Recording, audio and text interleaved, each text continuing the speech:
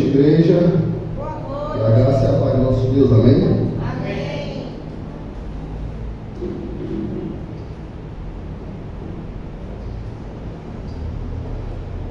Desde já agradeço às meninas pela direção do culto. Agradeço o Tiago, o Pedro, o Márcio que faz essa parte da mídia aí. Deus tem nos abençoado com pessoas dedicadas ao seu reino. Amém?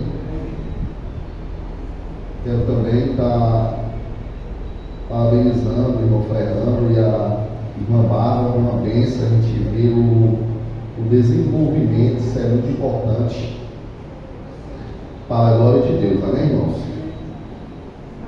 Irmãos, hoje eu quero estar tendo o prazer de apresentar uma irmã que sentiu um desejo em seu coração de ficar se congregando com a sua amada igreja, se congregando com a gente. Quero estar chamando aqui a irmã Elvira e o seu filho, porque a igreja já foi passarinha, mas os irmãos já viram ele aí. Os irmãos que não conhecem, essa é a nossa amada irmã Elvira. Essa semana ela, Deus tocou no coração dela e ela sentiu o desejo de se tornar membro da nossa igreja. Quero estar apresentando ela à igreja. Ela vai passar por aquele períodozinho que a gente passa de conhecimento, crescimento, aprendizado, entendendo como é a norma da igreja, como é os padrões bíblicos. É uma serva do Senhor. Então vamos estar orando por ela. Agora ela faz parte dessa família, da família da Igreja Batista Nova Aliança.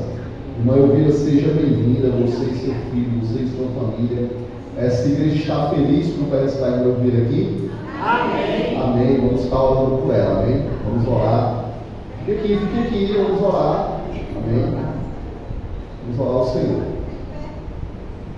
E vamos ficar de pé, igreja.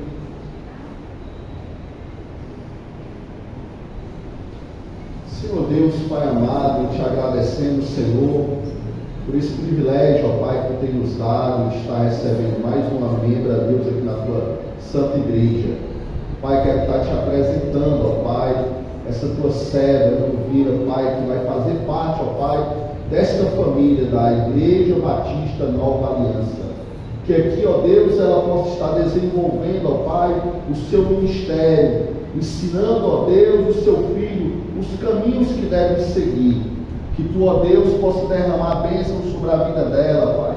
Possa estar, ó Pai, cumprindo, ó Deus, na vida dela a tua vontade, o teu querer, a tua bondade e o teu amor. E que a igreja, ó Deus, de Cristo Jesus, constituída aqui, neste local, possa ajudá-la, ó Deus, naquilo que for necessário, naquilo que cabe a nós, ó Deus, como irmão, como amigo, como conselheiro. E muito obrigado, ó Deus, pelo privilégio, ó Pai, de pastorear a vida dela. Cuidado, zelo, ó Deus, naquilo que tu tem nos dado, ó Deus, naquilo que tu tem colocado, ó Pai, em meu coração.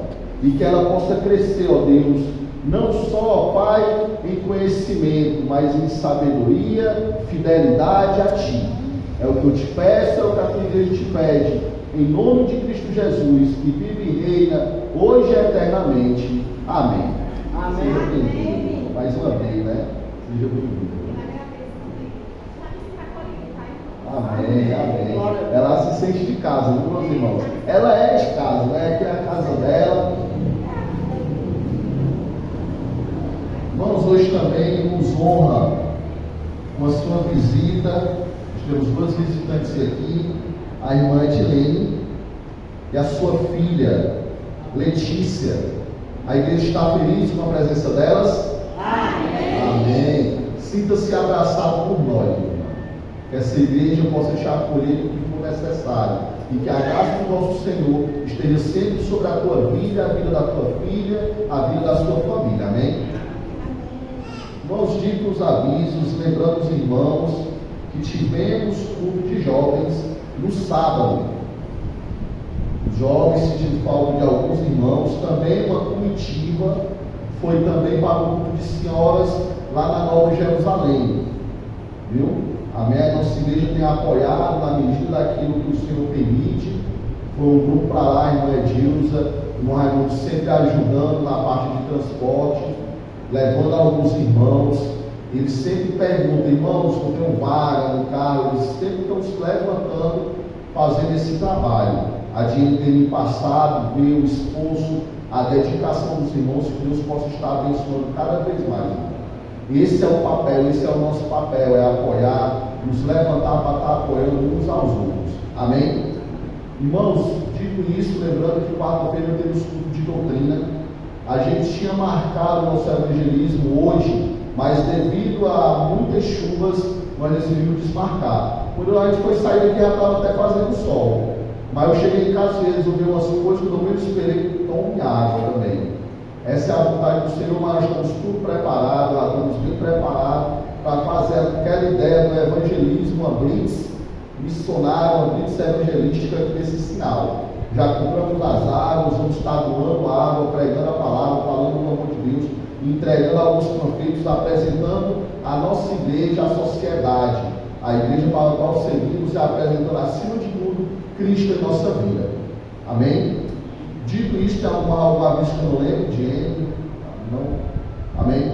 Irmãos, convido a vocês a abrir a palavra do Senhor aqui em 1 Coríntios capítulo 15, vamos estar lendo do verso 19 ao 34. Eu passei no grupo em que nós estávamos trabalhando esses textos para que você ganhasse mais intimidade com esse texto, para que você começasse a se afeiçoar com ele, para um entendimento maior da Santa Palavra de Deus e algumas aplicações em nossa vida. Então, comigo, igreja. Amém. Que no 1 Coríntios, capítulo 15, do verso 19, ao 34. Quem leu em casa? Amém, amém, isso é bom. Vamos estar vendo essa prática, eu vou estar colocando sempre ali, para que os irmãos vá se acostumando a ter também em mente a palavra do Senhor. Os bereanos, eles são conhecidos pelo fato de que tudo que os pregadores ou alguém que estivesse narrando algo naquela cidade, eles eram muito conhecidos por conferir. Eles não acreditavam em tudo que se dizia. Está chovendo granizo. Eles saíam do canto que eles estavam e iam conferir. O que algum narrador estivesse narrando ali, eles iam conferir se era verídico. Se o narrador não estava comendo uma vírgula, ou esquecendo ponto, ou aumentando alguma coisa. Então nós, como crentes em Cristo Jesus, vamos ganhar esse hábito de estar conferindo, de estar lendo, de estar tendo intimidade com a palavra do Senhor. Amém? Amém. Não deixar para estar lendo só aqui. Diz assim a palavra do Senhor. Vocês lembram que nós estamos expondo esse texto, falando sobre a importância da ressurreição. Qual é a importância da ressurreição em nossa vida? Qual foi o real sentido de Cristo ter ressuscitado? Então diz assim a palavra do Senhor: se a nossa esperança em Cristo se limita apenas a esta vida, somos as pessoas mais infelizes deste mundo. Mas de fato, Cristo ressuscitou dentre os mortos, sendo Ele as primícias dos que dormem, visto que a morte veio por um homem, também por um homem veio a ressurreição dos mortos, porque assim como em Adão todos morreram, assim também todos serão vivificados em Cristo, cada um, porém, na sua ordem. Cristo as primícias, depois os que são de Cristo na sua vinda.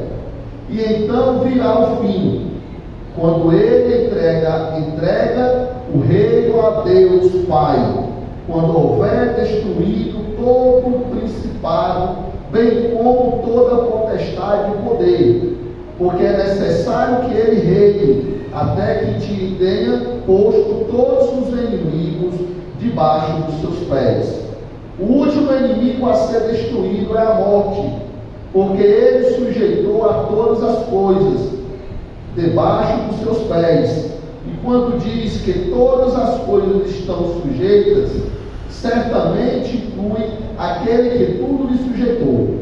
Quando, porém, todas as coisas estiverem sujeitas, então o próprio Filho também se sujeitará àquele que todas as coisas se sujeitou, para que Deus seja tudo em todos. De outra maneira, que farão os que se batizam por causa dos mortos? Se de fato os mortos não ressuscitam, porque se batiza por causa deles, porque também nós nos expomos a perigos toda hora, dia após dia, morro. Eu afirmo isso, irmãos, pelo orgulho que tenho de vocês em Cristo Jesus nosso Senhor. Se como homem lutei em Éfeso contra feras, qual foi o meu proveito? Se os mortos não ressuscitam, comemos e bebemos, porque amanhã morreremos. Não se engane, as más companhias corrompem os bons costumes.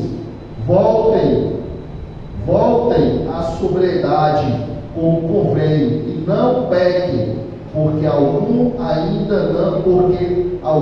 ainda não têm conhecimento de Deus. Digo isto para a vergonha de vocês. Oremos. Ó Deus amado, Pai bendito, abra, ó Deus, o nosso entendimento, ó Deus, diante de nós, ó Pai, está aberta as tuas escrituras, pois nos revela, ó Deus, abre o nosso coração para compreender a nossa mente, nos ensina, ó Deus, a te obedecer, nos ensina, ó Deus, a cumprir a tua vontade, nos ensina, ó Deus, a pregar o teu evangelho como convém. Que não venha ser eu, ó Pai, mas sim o teu Espírito Santo. Em nome de Cristo Jesus é o que nós te pedimos e já te agradecemos. Amém. Poder sentar. Irmãos, a importância da ressurreição. Nesse texto, por mais que eu vá fazer algumas aplicações mais na frente, entenda que aqui Paulo deixa bem claro, logo no primeiro verso que lemos, se a nossa esperança em Cristo se limita apenas a esta vida, então somos pessoas infelizes. Então, para que esse sentido de louvar, para que esse sentido de aprender mais de Deus, se aqui morreremos e acaba tudo? Tem algumas pessoas que pensam dessa forma, pensam que o fim é aqui, que a moradia é aqui e vai se acabar quando nós voltarmos à sepultura. Por isso que Paulo estava argumentando aqui com os coríntios a respeito disso. Então, que nós venhamos ter em mente que eles acreditavam na ressurreição de Cristo.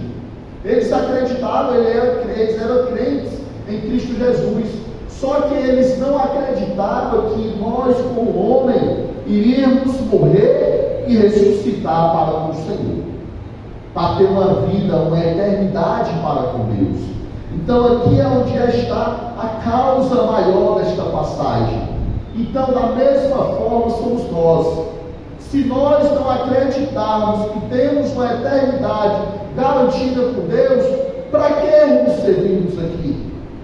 Para que estar glorificando a Deus aqui? A cruz, Jesus deixa bem claro, e ali ele foi exposto aos olhos dos incrédulos, mas depois da ressurreição, ele foi visto por seus seguidores, que poderia dar testemunho da ressurreição do seu mestre. Ele foi visto, tanto Pedro quanto os outros apóstolos viram Cristo ressurreto.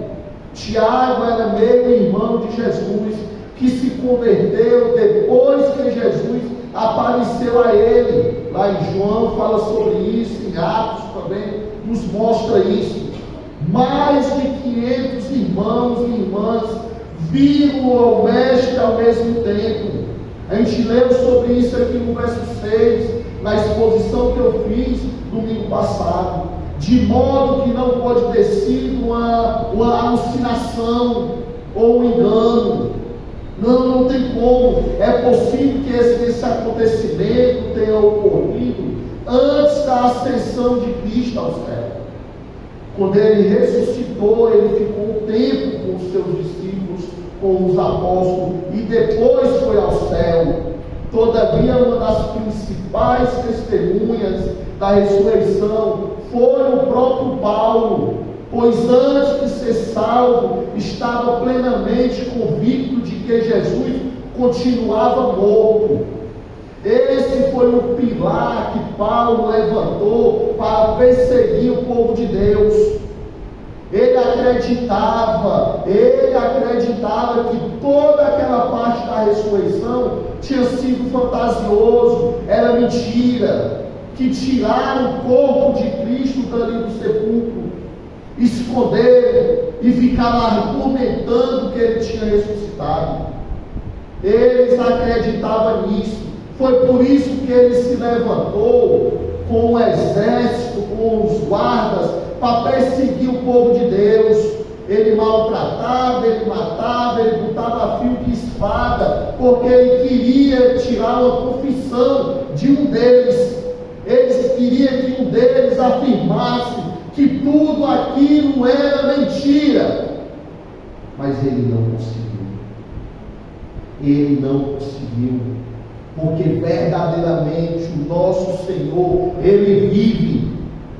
Ele vive. Essa mudança radical em sua vida, na vida do apóstolo Paulo, uma transformação que lhes causou sofrimento e perseguições. Sem dúvida, a prova de que Jesus de fato havia ressuscitado dentre os mortos foi o que fez Paulo se reconciliar, foi o que fez Paulo aceitar aquele encontro que o Senhor teve com ele. Ali o Senhor fala: eu sou aquele que tu persegues. Paulo deixa claro que a sua salvação foi puramente um ato da graça de Deus, do amor de Deus, da misericórdia de Deus. Pedro até custa entender quando Barnabé vem e apresenta Paulo a eles. Quem é esse? É Paulo. Ficaram todos com medo, achando que ele estava mentindo, que ele ia botar a mão na espada e ia matar todos. Eles não acreditavam na graça de Deus na vida dele.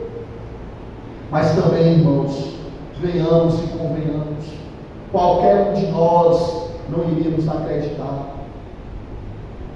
Uma pessoa que perseguia, que matava até crianças, como acreditar? E essa graça, porém, ainda operava dentro dele, por meio dele, em seu serviço ao Senhor. Ele se levantou como aquele que mais trabalhou para o reino, aquele que mais pregou o Evangelho, aquele que mais brigou pelo Evangelho, aquele que mais brigou na autenticidade, afirmando que Cristo morreu e ressuscitou dentre os mortos. Aí aqui no verso 8 encontramos, observe no verso 8, encontramos a expressão que ele usa, que essa para mim é uma das mais magníficas desse texto. Observe, por último, quando ele fala aqui no verso 6, que ele foi visto por mais de 500 pessoas, por mais de 500 pessoas. Aí veja o que é que Paulo diz, por último, olha no verso 8, por último, depois de todos,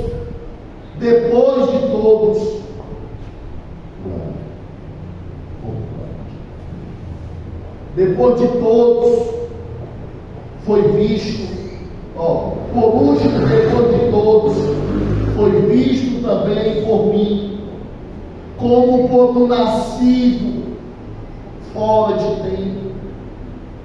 Provavelmente ele referia ao futuro.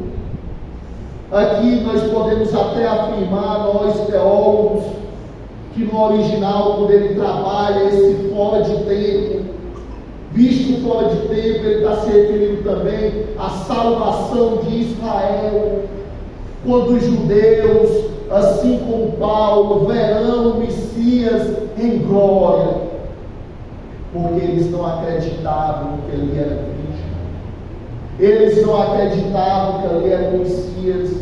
Por isso que Paulo usa esse argumento: aquele que nasceu fora de tempo. Ali ele reconhece que ele poderia ter nascido para Cristo muito antes, e isso recai sobre nós no abrir. Não perca a oportunidade, não perca a oportunidade de falar do amor de Deus, e também não perca a oportunidade de se levantar para servir. Nós já nascemos fora de tempo, nós já nascemos fora de tempo. Nesse ponto, os leitores de Paulo poderiam dizer e concordarmos, sem dúvida, ao bem que Jesus foi ressuscitado dentre os mortos. É verdade, eles questionavam. Então Paulo responderia: se vocês creem nisso, então também devem crer na ressurreição de todos os mortos. Fica enviado, se você acredita que Cristo ressuscitou dentre os mortos, não acreditar em uma eternidade com Ele. Você fica preso a esse mundo, às coisas desse mundo. Eu falei na escola bíblica dominical, aonde devemos depositar a nossa confiança. A nossa confiança tem que ser depositada em Cristo Jesus, não naquilo que temos, ou naquilo que temos possuído, ou naquilo que vamos possuir, mas a nossa confiança tem que estar plenamente colocada em Cristo, numa moradia, numa eternidade com Ele. Então Paulo, ele deixa bem claro: se você crê em Cristo, então acredite que Ele foi preparar um lugar e voltará para buscar a sua igreja. Não tema a morte. Cristo veio como homem, sendo verdadeiramente humano, passou pelas mesmas experiências que nós passamos, exceto o pecado, porque não havia pecado sobre ele. Se não há ressurreição, Cristo não ressuscitou. Se ele não ressuscitou, não há evangelho algum a ser pregado, não há evangelho algum a ser anunciado. Meus irmãos, eu falei domingo passado que de Gênesis a Apocalipse é Cristo, é Ele é o princípio de tudo, Ele é o alfa e o ômega, o princípio e o fim. Se não há evangelho, cremos em vão, permanecemos em nossos pecados. Isso é o que recai sobre aquele que não acredita que Cristo ressuscitou. Se não há ressurreição, os cristãos que morreram não têm esperança alguma, nunca mais o veremos. E meus irmãos, eu quero nesse ponto, com pessoas que eu perdi aqui, e pessoas que eu sei que acreditaram e depositaram a sua confiança, o seu serviço, a sua vida aos pés do Senhor. Eu sei, essas pessoas não morreram em vão. A conclusão é óbvia: por que ser cristão, se o que nos cabe nesta vida é apenas o sofrimento? Se não podemos esperar qualquer glória futura, então para que vivemos? Não é isso? Se nós não acreditarmos em Cristo, como aqui esperamos ressuscitar em Cristo Jesus, ter uma eternidade com Ele, morrer e ir para uma cidade santa. Essa é a nossa esperança em Cristo. Paulo, ele explica essa ideia aqui no nosso texto base. A ressurreição não é apenas um conceito relevante ou de suma importância, pois ela é o que constitui o centro de tudo em que cremos como crentes em Cristo Jesus. É o pilar da nossa fé, é a ressurreição, é a eternidade, é o entender que Cristo morreu por nós. É isso que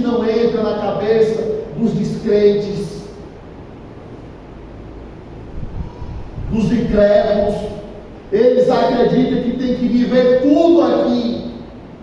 Tudo. Eles depositam a confiança deles no mundo e não em Cristo. Sua ressurreição confirma que a obra da cruz foi aceita por Deus. Deus estava satisfeito com o sacrifício de seu Filho. O trabalho da salvação foi completo e perfeito. É por isso que hoje nós vivemos. É por isso que hoje temos uma eternidade. Pastor, então por que sofremos tanto? Por que enfrentamos tanta dificuldade? Tantas lutas? Não é isso? Nós nos perguntamos isso muitas vezes. Meus irmãos, foi fácil para Cristo. Foi fácil para Ele na cruz. Foi fácil para Deus entregar a vida do seu único filho por um pecado que não era dele, era meu e seu. Um filho excelente, um filho que nunca desobedeceu, um filho que obedeceu até o fim, obediência de cruz. Era a morte mais humilhante que tinha e mais dolorosa. Era o pior dos castigos. Muitos deles pediam para ser logo decapitado. Era sofrimento, ser posto em uma cruz, e ainda mais passar por tudo que Cristo passou: a zombaria, o açoite, uma coroa de espinha posta em sua cabeça, cuspiram em seu rosto, cuspiram em seu rosto, pregaram prego em suas mãos, em seus pés, estenderam ele uma cruz que era maior do que cabia no seu corpo, esticaram todo o seu corpo. Hoje eu sofro com uma dor de honra, isso não é nada, porque Cristo passou por mim. Nada. Aí nós ainda temos coragem de nos perguntar por que sofremos. Que tipo de sofrimento que tu enfrenta? Um calor, um dia que não vai ter carne, um dia que só vai ter arroz ou feijão, não sei. Mas compare o que Cristo passou contigo, comigo. Compare. Não é nada. Não é nada. Somos miseráveis pecadores. Foi nós que colocamos Ele naquela cruz. Foi nós. Foi os meus pecados dos teus. Foi os meus pecados dos teus. E aquele ato da cruz, o sacrifício do Filho, foi aceito pelo Pai. Foi o único sacrifício aceito na antiga dispensação, no Antigo Testamento. Eles apresentavam para mostrar as nossas falhas, os nossos pecados em uma mesa como essa, feita de pedra, o sacrifício de animais puros, limpos, aquele mais perfeito, aquela ideia que o Márcio trabalhou hoje aqui na escola bíblica. Lembra? Aquela ideia da melhor oferta, aquela ideia que o Senhor, ali não foi um animal, ali foi o Cordeiro vivo, o Filho de Deus, o Rei Supremo, o maior de todos. Nunca vai ter ninguém para se colocar nessa posição, nunca. Ele foi o último sacrifício pelos meus pecados, pelos teus pecados, e foi aceito. O trabalho da salvação foi completo. Como Jesus fez com Tomé, ele estende a mão e te diz: pare de duvidar, creia, Creia, é o que ele diz.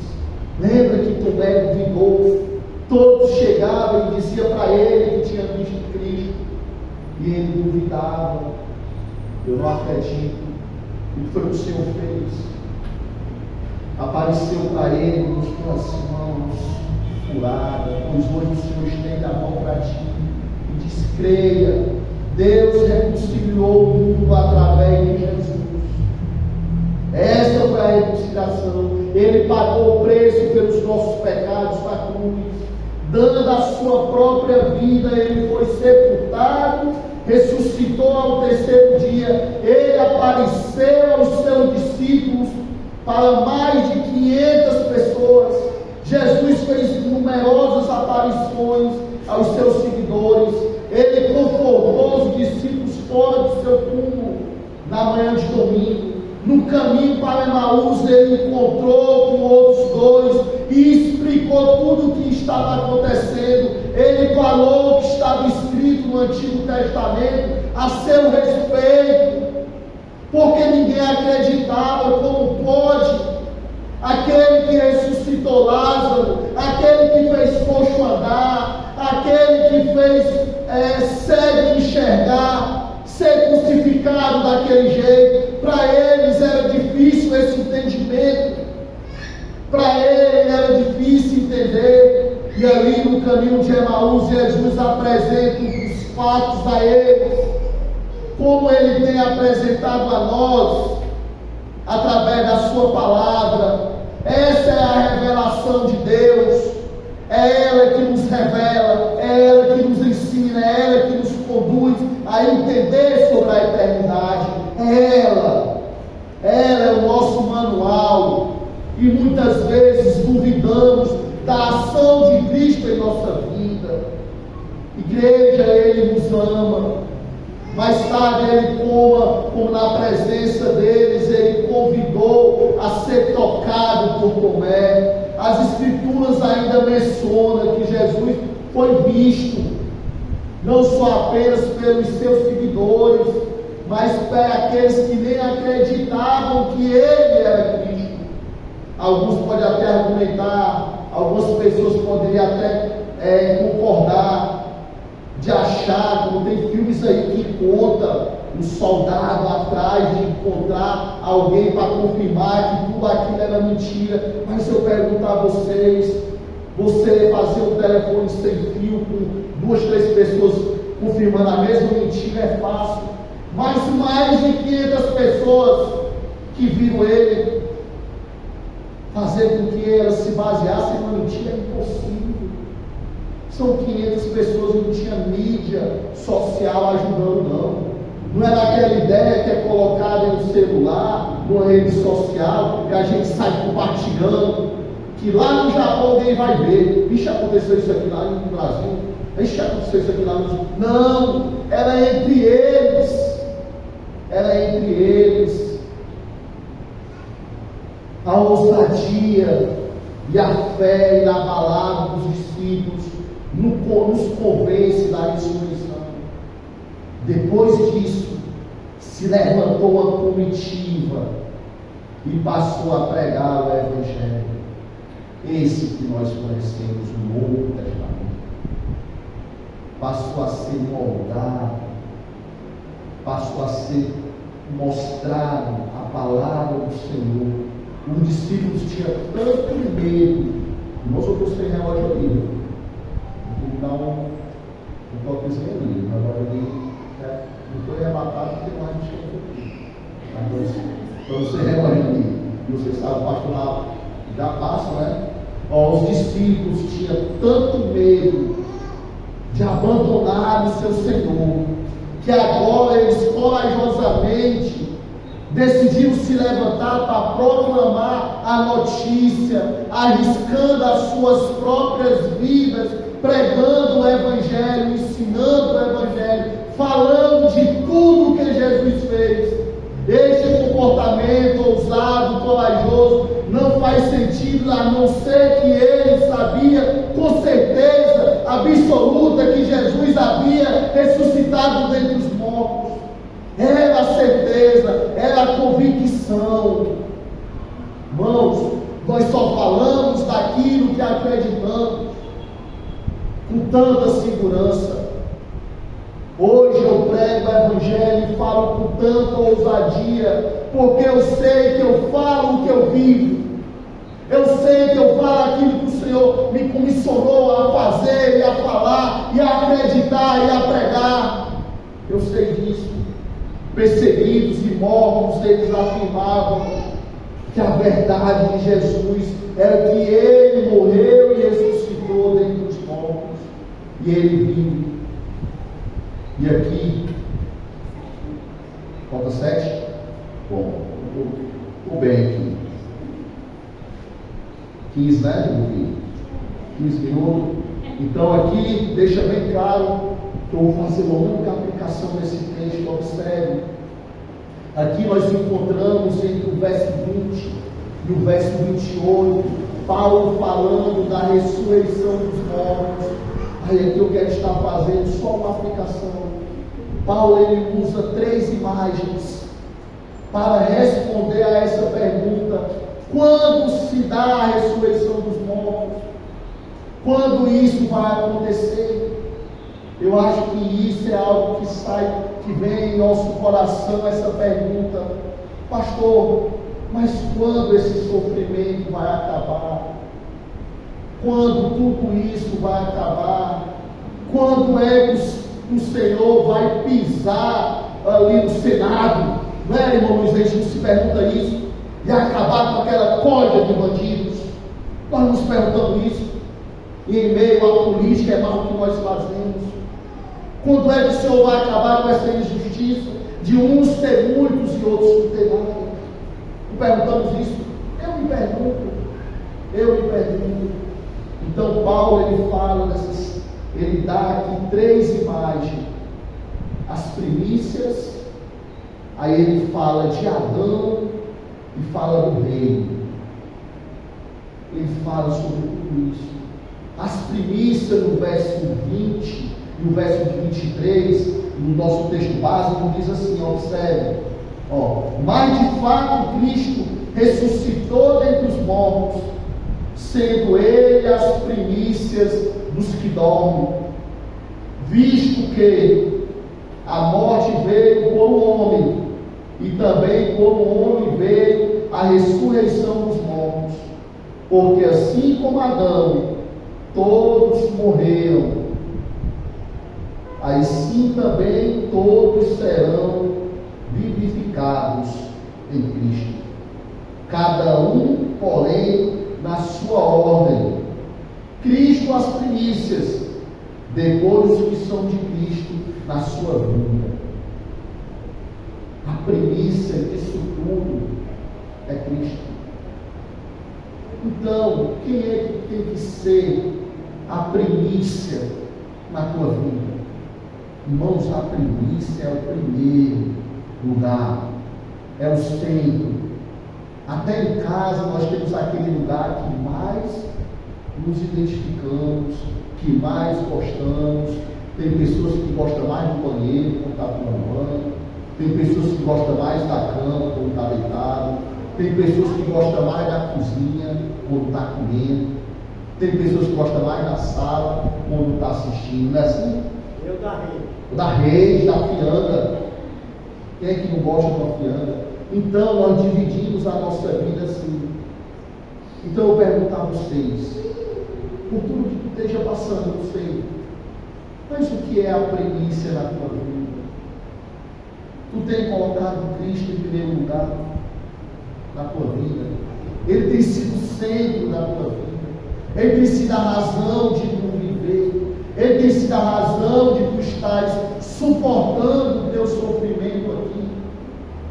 Se tu tem colocado Cristo como em primeiro lugar na tua vida, então essas coisas que tu passa aqui não é nada. Não é nada. Lembre-se, o choro pode durar uma noite, mas a alegria vem pela manhã. Não é nada. Observamos anteriormente a essa referência que antes disso a festa do Antigo Testamento, lá em Levítico, como Cordeiro de Deus, Jesus morreu na Páscoa. Páscoa, as crianças têm visto isso, a gente tem ensinado isso, como feixe das primícias, como agricultor que recolhe as primícias na primavera, a colheita, pois Jesus Cristo, no primeiro dia da semana, ele ressuscitou dentre os mortos. Com 3 dias depois de ser crucificado, ele ressuscitou dentre os mortos. Aqui o feixe dá aquela ideia de quando o agricultor planta, faz o plantio, aí que nasce os primeiros, os mais bonitos, o mais colado, aquele que tem mais, aquela árvore que dá mais fruto, aí ele vai colher o primeiro.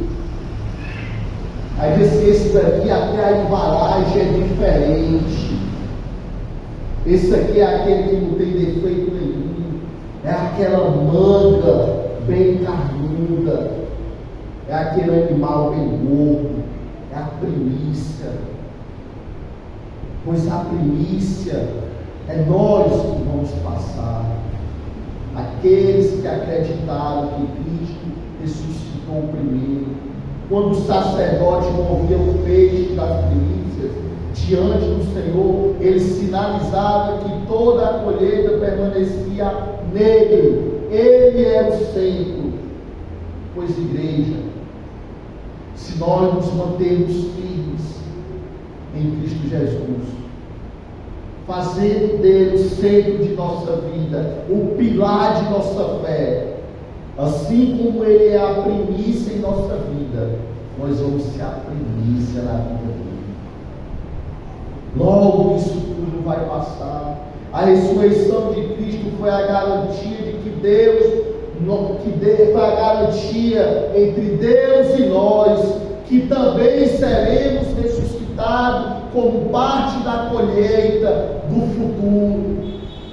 Nós vamos ser os primeiros a desfrutar dessa eternidade para com Deus.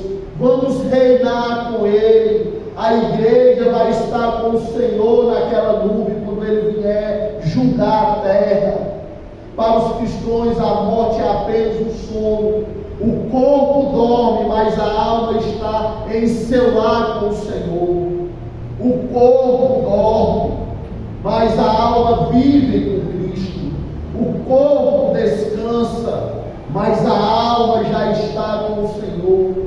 Na ressurreição, o corpo será despertado e passará pela glorificação, mas a alma já vai estar na eternidade para com Deus. Encontramos também no verso 21 e verso 22, Paulo falando de Adão. Paulo identifica em Adão o tipo de Jesus Cristo, por meio de um homem, de Adão foi feito do pó da terra, mas o último Adão, que é Cristo Jesus, veio do céu, e esse veio para nos dar vida com abundância, vida eterna, uma vida na glória para o Pai. Vocês lembram que eu falei uma vez que eu, muito jovem, escutava os pregadores pregando no terminal do Siqueira, que era o meu caminho para mim ir para minha avó, ir para o centro. Aí eu me lembro que eles pregavam e diziam: foi você com os seus pecados, Cristo morreu pelos seus pecados. Aí eu dizia: eu não lembro não, porque eu era nem nascido. Agora que eu tenho 12 anos, eu era nem nascido. Mas foi por meio desse Adão que nos trouxe a realidade da morte, da desobediência e do pecado, do sacrifício do pecado, da escravidão do pecado, porque esse foi feito do pó da terra. Mas este Adão que vos apresento nessa noite, que ressuscitou ao terceiro dia, esse veio do céu para nos dar vida eterna. Essa é a diferença.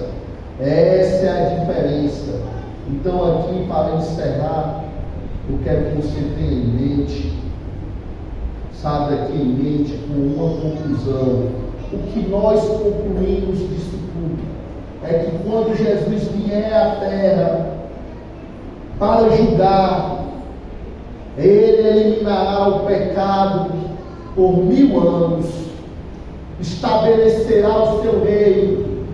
Os cristãos reinarão com Ele e participarão da sua glória com autoridade e poder. Os estudiosos das profecias chamam esse reino de profetizado no Antigo Testamento como milênio. O termo vem do latim mille, que quer dizer 1000, ano, que quer dizer ano, por 1000 anos. No entanto, mesmo depois do milênio, haverá uma rebelião final contra Deus. Isso vai falar em Apocalipse 20, da qual Jesus Cristo dará cabo aos seus que não obedeceram, dará cabo com o seu poder, exterminará todos aqueles que não obedeceram. Então os perdidos serão ressuscitados, julgados e lançados no fogo eterno, no lago de fogo. A morte em si será lançada no inferno e o último inimigo será destruído. Jesus Cristo terá colocado e dará ordem que todas as coisas estarão debaixo dos seus pés. Todas as coisas. E em segundo lugar, Ele voltará para reinar com seu Pai e terá o início do estado eterno do novo céu e a nova terra. Ninguém sabe quando Jesus Cristo voltará. Ninguém sabe, para buscar a sua igreja. Mas tenha isso em mente: quando isso acontecer, será um abrir e fechar de olhos, será ligeiro. Então o que cabe a nós? Cabe a nós permanecermos alerta e fiéis a Deus até o fim. Não sabemos quando Cristo vai voltar. Então cabe a nós permanecermos alerta, pregando o Evangelho, colocando Cristo como centro e pilar de nossa vida. Ele é o alfa e o ômega, o princípio e o fim. É assim que venceremos as nossas batalhas, as nossas vidas. Amém? Então tenha isso em mente. Nem o maior estudioso do mundo nunca vai saber quando ele vai voltar. Foi perguntado isso a Cristo e ele respondeu: nem eu mesmo, o Filho do Homem, sei, só a Ele sabe. Então cabe a nós colocar Cristo como centro de nossa vida. Amém? E ficarmos alerta. Oremos. Senhor Deus, Pai amado, muito obrigado, Deus, pela Tua palavra pregada, ministrada, pelo entendimento dela, a compreensão. Muito obrigado, Deus, por entender essa eternidade contigo. Pai, seja o centro de nossa vida, é o que eu te peço. Seja o centro de nossa vida. E que a graça de nosso Senhor Jesus Cristo, o amor de Deus o Pai e a comunhão do Espírito Santo esteja sobre todos vocês, hoje e sempre. E a igreja do Senhor diz: amém. Vamos até encerrar com o louvor, mas o tempo já avançou. Vamos deixar para o próximo domingo, amém? Justamente. Desde já agradeço a presença de todos. Agradeço quem nos visita. Sejam bem-vindos no nosso meio.